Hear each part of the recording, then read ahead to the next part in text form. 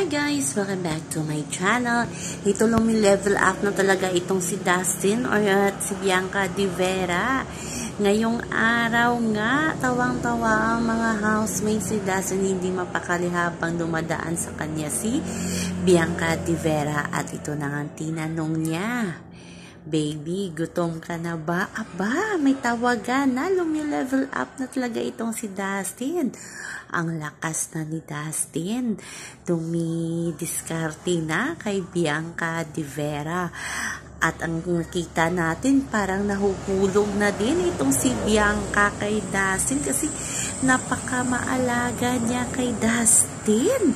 Kahit ano na lang, minsan sinusubuan din. At sa kabilang banda, may pinky promise pa ang dalawa.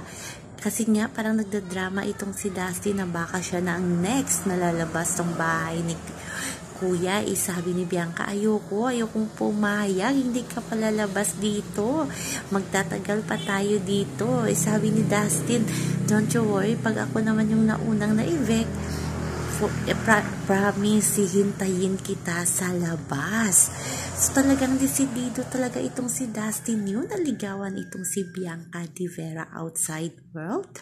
Pero sabi nga ni Bianca, parang iba na paglabas natin. Syempre magulo na. Real world na yung kanilang tatahakin. Back to normal na sila. So sana tutuhanin ni Dustin ang sabi niya kay Bianca na hihintayin niya si Bianca pag siyang naunang ma-evict sa kanilang dalawa. O diba ang sweet, may pinky promise na ang Dasbia guys. Saan kayo dyan? So mamaya ipapakita na ni Kuya ang naging tampuhan ni Dustin at ni Bianca Di Vera. So abangan natin yan guys, kung sino ang unang magsusorry sa kanilang dalawa. Alam ko, hinihintay nyo yan. Pero nga, sabi nga ng iba na ang real world. So, abangan lang natin dyan. Sa totoo lang, marami na din ang nangyari sa loob ng bahay ni Kuya ng mga PBB ex-housemate. Paglabas, parang mga strangers na, diba? Dahil nga sa bashing, mga negative na mga sinasabi. Pero sana magiging close, kung hindi man maging sina Bea at Bianca at Dustin, sana maging magkaibigan sila at BFF, diba? Kasi iba yung naging pagpinagsamahan nila sa loob ng bahay ni Kuya, kaya kaabang-abang yan. So yan naman po guys ang ating update sa ngayon, hanggang sa muli. Bye-bye.